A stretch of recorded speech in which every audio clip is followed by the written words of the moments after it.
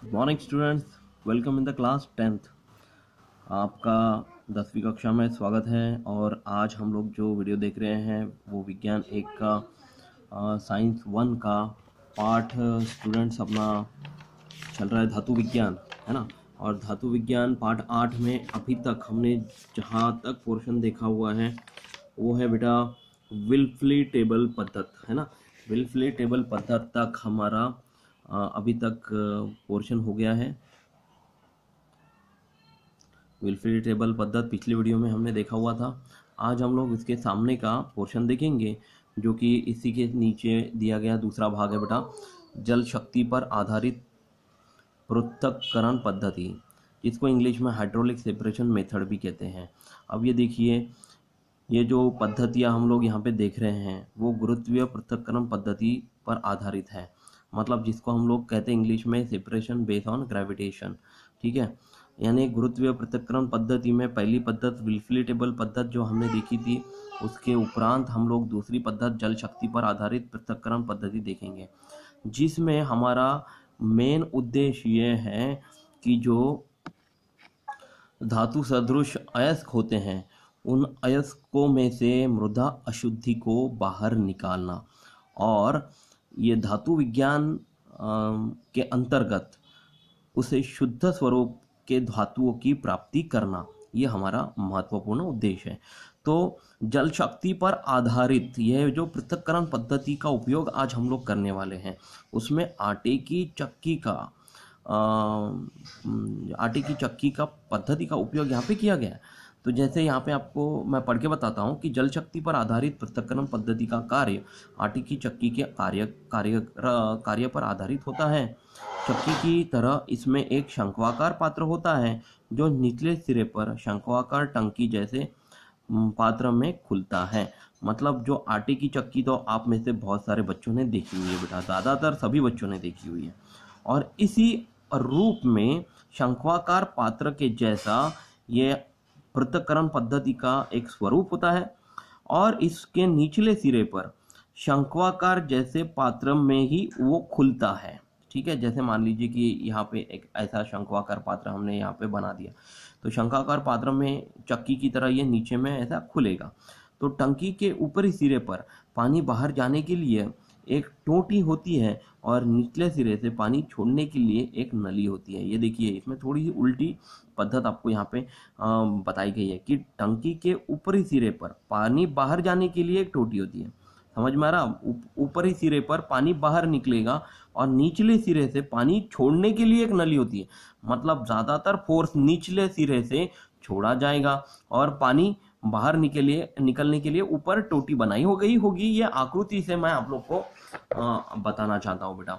ये देखिए, ये आटे की चक्की की तरह एक मशीन आपको नजर आ रही है। देखिए, ये जो भाग हम लोग देख रहे हैं बहुत इंपॉर्टेंट भाग है, और ये भाग पर आधारित प्रश्न परीक्षा में पूछा जाता है, इसलिए हर एक पद्धति को आपको समझना बहुत जरूरी है बेटा।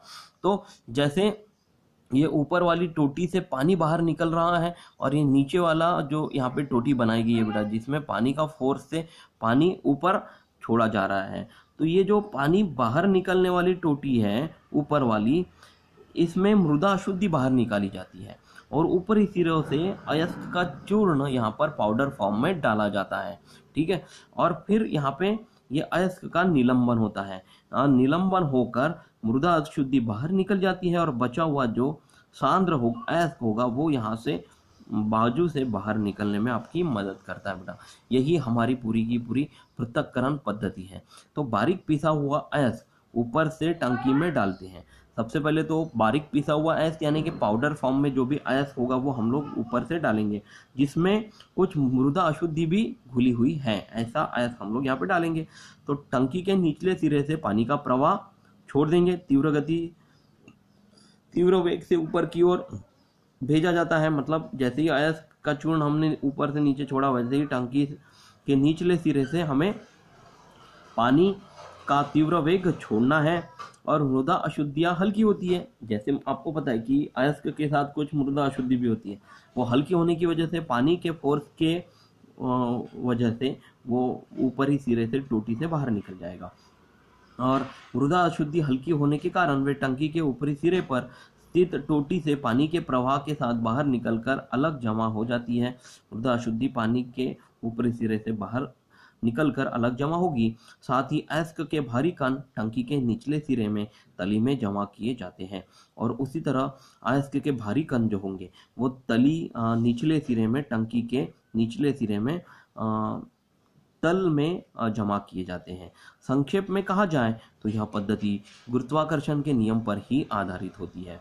सही बात है, क्योंकि यह गुरुत्वाकर्षण शक्ति पर इसलिए आधारित है कि भारी होने की वजह से वो अयस्क जो होगा, सांद्र अयस्क, वो नीचे जमा होगा और हल्की मृदा अशुद्धि हल्की होने की वजह से, पानी के फोर्स की वजह से उसको हम लोग बाहर निकालने में उसकी अपनी मदद कर रहे हैं। इसलिए ये गुरुत्वाकर्षण पद्धति पर आधारित पृथक्करण पद्धति आज हम लोग यहाँ पे देख रहे हैं, जिसके कारण समान आयन के कण उसके विशिष्ट भार के कारण पानी की सहायता से अलग किए जाते हैं।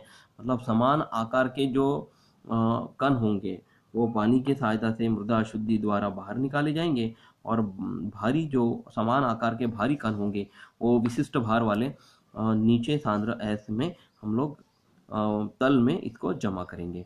तो ये होगी बेटा हमारी जल शक्ति पर आधारित पृथक्करण पद्धति। अब हम लोग दूसरी इसके बाद आने वाली चुंबकीय पृथक्करण पद्धति देखेंगे। अब देखिए, हमने गुरुत्वीय पृथक्करण दो पद्धतियां देखी। पहले हमने देखी थी विल्फली टेबल पद्धति और दूसरी आज हमने देखी जल शक्ति पर आधारित पृथक्करण पद्धति। इसके बाद जो हम लोग पृथक्करण पद्धति देख रहे हैं वो है हमारी चुंबकीय पृथक्करण पद्धति, जिसको हम लोग इंग्लिश में मैग्नेटिक सेपरेशन मेथड भी कहते हैं। अब देखिए बेटा, चक्की में जैसे आप लोगों को एक बड़ा सा पट्टा दिखता होगा, साइड में लगा हुआ होता है, वो पट्टा घुमा के चक्की चालू हो जाती है, ये पता है ना आप लोग को। तो ये जो दो पट्टे आप लोग को यहाँ पे नजर आ रहे हैं ये एक्चुअली रोलर है। इसमें एक चुंबकीय रोलर है और दूसरा अचुंबकीय रोलर है। कोशिश कीजिए कि यह आकृतियां जो भी मैं आप लोग को हर एक पृथक्करण पद्धति समझा के बता रहा हूँ, यह आपको परीक्षा में पूछी तो जाती है, परंतु इसकी आकृति के आधार पर आप लोग इसका निष्कर्षण आसानी से कर सकते हैं और आपको समझने में भी आसानी हो सकती है। आसानी से आप लोग इसको समझकर इसकी आकृति बनाकर आप लोग इसके बारे में जानकारी भी लिख सकते हैं। इसलिए मैं बता रहा हूँ कि आपको हर एक पद्धति की आकृति पता होनी और इसकी प्रैक्टिस होनी बहुत ज़रूरी है। तो यहाँ पे देखिए, एक जो रोलर है, चुंबकीय रोलर है और अचुंबकीय रोलर है, ये दोनों एक साथ इसलिए जुड़े हुए हैं कि ऊपर से हम लोग ऐसा अयस्क का चूर्ण डालने वाले हैं कि जिसमें चुंबकीय घटक और अचुंबकीय घटक दोनों भी मौजूद होते हैं और हमें दो संग्राहक में इस अयस्क के चूर्ण के चुंबकीय और अचुंबकीय घटक को अलग अलग करना है। संग्राहक में हमारे पास दो संग्राहक, दो डिब्बे यहाँ पे दिए गए हैं जिनका नाम संग्राहक यहाँ पे कहा गया है। तो एक संग्राहक में चुंबकीय घटक जमा होगा, दूसरे संग्राहक में अचुंबकीय घटक जमा होगा।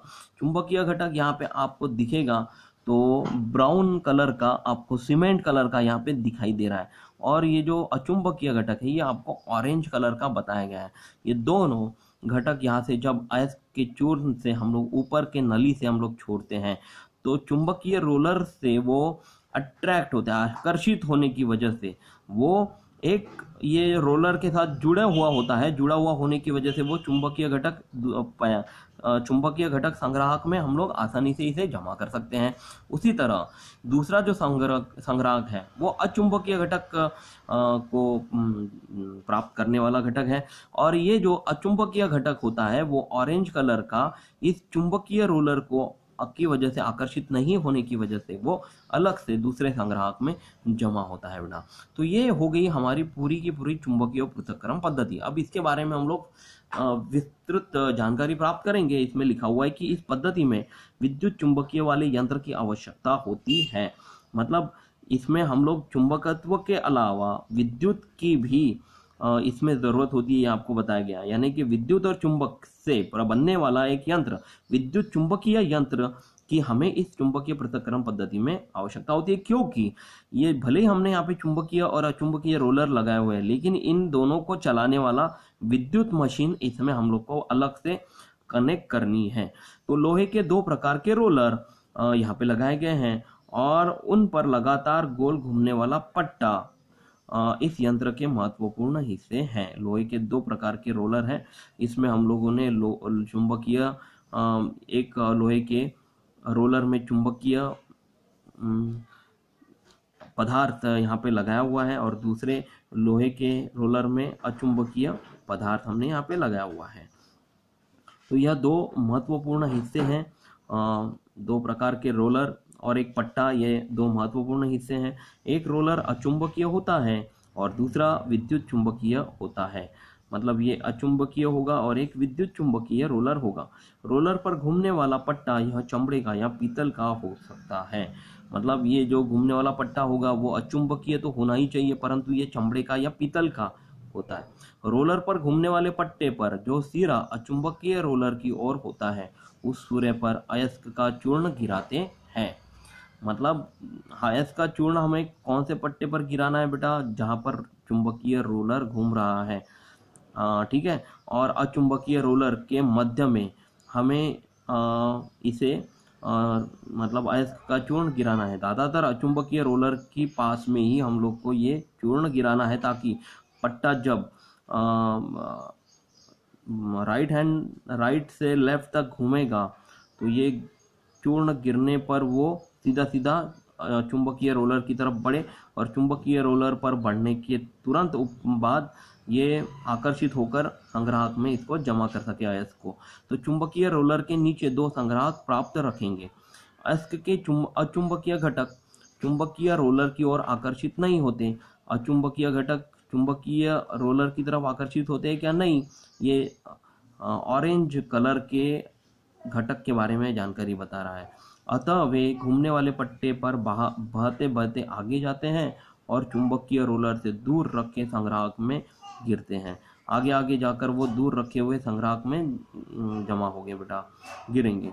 उसी समय अयस्क के चुंबकीय घटक चुंबकीय रोलर पर चिपके रहने के कारण रोलर के पास रखे संग्राहक में गिरते हैं। और ये जो चुंबकीय रोलर हमने यहाँ पे रखा हुआ है, इससे ऊपर से डाला हुआ अयस्क का चूर्ण चुंबकीय घटक से आकर्षित होकर चिपके रहने के उपरांत इसी रोलर के पास रखे हुए संग्राहक में चुंबकीय रोलर से चुंबकीय घटक संग्राहक में जमा होते हैं। ये सीमेंट के रंग के होते हैं। तो इस प्रकार अयस्क में उपस्थित चुंबकीय और अपचुंबकीय कण उनमें स्थित चुंबकीय गुणधर्म के कारण अलग किए जाते हैं।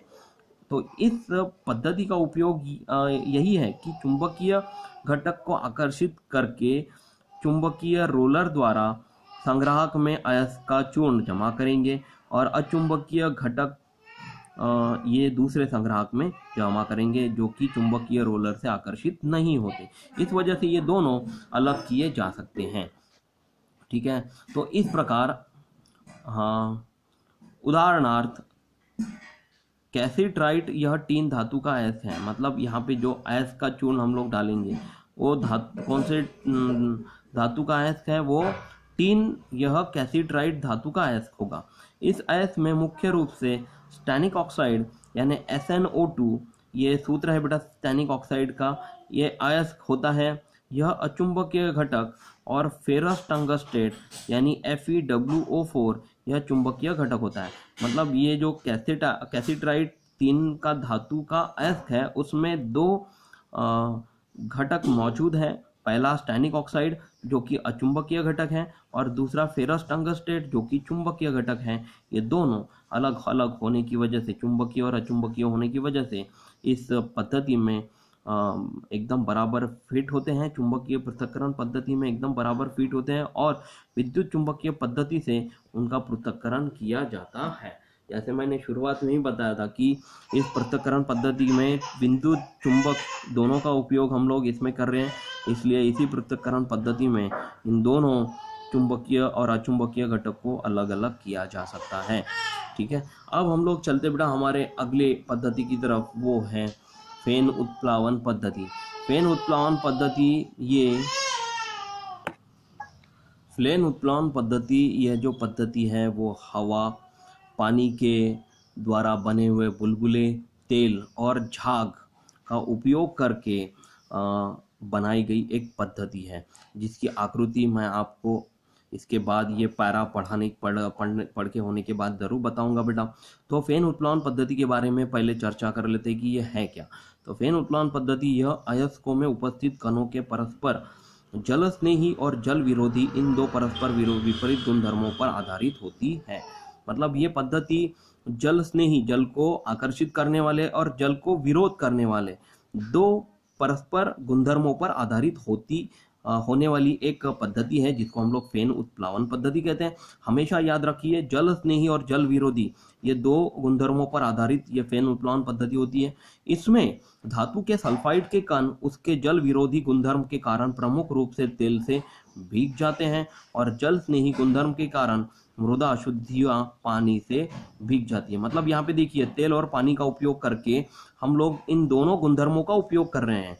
तेल के भीग जाने की वजह से जल विरोधी गुणधर्म का हम लोग इसमें उपयोग कर रहे हैं, और जल स्नेही गुणधर्म के कारण मृदा अशुद्धि पानी में भीग जाने की वजह से इस गुणधर्म का उपयोग हम लोग कर रहे हैं। मतलब पानी के भीग जाने की क्रिया जल स्नेही गुणधर्म पर आधारित होगी, और तेल से भीग जाने वाली क्रिया जल विरोधी गुणधर्म के आधारित होगी। तो इस गुणधर्म का उपयोग करके फेन उत्प्लावन पद्धति से कुछ विशिष्ट अयस्कों का सांद्रीकरण किया जाता है। मतलब इन दोनों गुणधर्म का उपयोग करके फेन उत्प्लावन पद्धति से हम लोग अयस्कों का सांद्रीकरण कर सकते हैं, ये आपको बताया गया।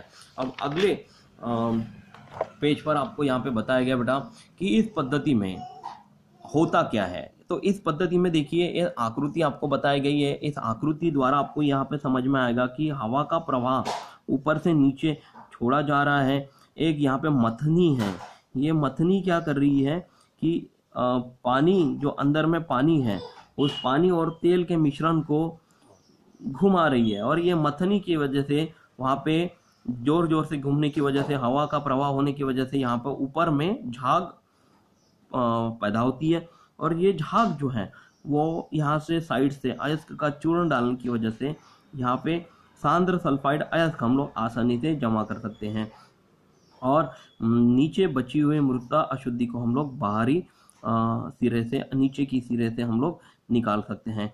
क्योंकि यहाँ पे अभी थोड़ी देर पहले मैंने बताया था कि मृदा अशुद्धि पानी में भीग जाने की वजह से ऊपर में नीचे आकर जमा हो जाती है और वो बाहर निकल जाती है, और तेल में झाग और तेल के कुछ कण अयस्क का चूर्ण को भिगाकर उसको बाहर निकालने में उसकी मदद करता है, जो कि होगा हमारा सांद्र सल्फाइड अयस्क। तो इस पद्धति में हो क्या रहा है, तो इस पद्धति में बारीक पीसे हुए अयस्क को पानी से भरी हुई एक बड़ी टंकी में डालते हैं। देखिए, इसमें पानी भरा हुआ है, एक बड़ी सी टंकी आपने यहाँ पे ली हुई है, और इसमें हम लोगों ने अयस्क के बारीक कणों को, पीसे हुए कणों को इसमें डाल दिया है। कुछ विशिष्ट वनस्पति तेल, उदाहरण पाइन तेल, नीलगिरी तेल इत्यादि झाग निर्माण करने के लिए पानी में डालते हैं। मतलब इस पानी में हमको तेल कौन सा डालना है वो बताया गया है। एक तो हम लोग पाइन तेल डाल सकते हैं, या फिर नीलगिरी तेल हम लोग यहाँ पे डाल सकते हैं। अब उच्च दाब के साथ, अब देखिए, उच्च दाब के साथ हवा का झोंका पानी में घुमाया जाता है। अब यहाँ पे हवा का पानी में हवा का झोंका जैसे ही हम लोग इसमें घुमाते, मतलब डालते हैं, जब ये हवा का झोंका हम लोग पानी में घुमाते हैं तो उत्प्लावन टंकी के मध्य भाग में स्वयं के अक्ष के चारों ओर घूमने वाली एक मथनी होती है। स्वयं के चारों ओर हवा के झोंके को घुमाने के लिए एक मथनी भी यहाँ पे होगी। जैसे आप लोगों ने ये घी निकालने वाली क्रिया देखी होगी बेटा, जो माखन होता है उसमें से घी निकलता है, वो क्रिया का उपयोग हम लोगों को मथनी द्वारा यहाँ पे करना है, जहाँ पे हवा का झोंका छोड़ा जाएगा। तो मथनी का उपयोग आवश्यकता अनुसार किया जाता है। प्रवाहित हवा के झोंके का कारण बुलबुले बनते हैं। मथनी के कारण तेल, पानी और हवा के बुलबुले मिलकर झाग बनता है। अब देखिए बेटा, झोंके, जो हवा का झोंका है वो बुलबुले बनाने में आपकी मदद करता है, और पहले से ही तेल और पानी तो था ही, और उसके साथ अब हवा के बुलबुले भी मिल गए, तो इन तीनों की वजह से झाग बन जाता है। और झाग जो है वो अयस्क के कणों को बाहर निकालने में आपकी मदद कर देता है। जल की झाग बनता है जो जल की सतह पर तैरने लगता है, इसलिए इस पद्धति को फेन उत्प्लावन पद्धति कहते हैं। इस पद्धति को, जो झाग के सतह से वो तैरने लगने वाले जो अयस्क को बाहर निकालने में आपकी मदद करता है, इस क्रिया को इसी के कारण फेन उत्प्लावन पद्धति भी कहते हैं बेटा। तो विशिष्ट सल्फाइड अयस्कों के कण मुख्य रूप से तेल में भीगने के कारण झाग के साथ पानी पर तैरते हैं।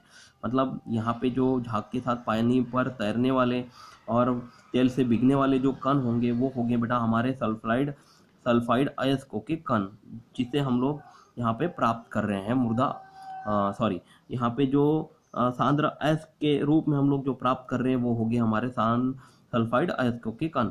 उदाहरणार्थ जिंक ब्लेड और कॉपर पायराइट ZnS और CuFeS2 के सांद्रीकरण के लिए इस पद्धति का उपयोग करते हैं। मतलब यहाँ पे जो सल्फाइड अयस्क हम लोग यहाँ पे प्राप्त कर रहे हैं, जो सल्फाइड अयस्क का चूर्ण हम लोग यहाँ पे ले रहे हैं, उसमें सांद्र सल्फाइड का अयस्क यहाँ पे सांद्रीकरण के रूप में हम लोग प्राप्त करेंगे, और जिंक ब्लेंड ये जो नीचे मृदा अशुद्धि के रूप में यहाँ पर बचा हुआ हम लोग को यहाँ पे मिलने वाला है। ठीक है बेटा, तो आज हमने 3 पद्धतियाँ देखी, वो थी जल शक्ति पर आधारित पृथक्करण पद्धति, फिर हमने देखा दूसरी पद्धति वो था चुंबकीय पृथक्करण पद्धति, और तीसरा हमने देखा फेन उत्प्लावन पद्धति। अगले वीडियो में हम लोग निक्षालन और उसके सामने धातुओं का निष्कर्षण जरूर देखेंगे। तब तक जितना पोर्शन आज हमने पढ़ा है वो अच्छे से समझने की कोशिश कीजिए, उसके ऊपर रीडिंग करिए। Thank you class, take care, bye.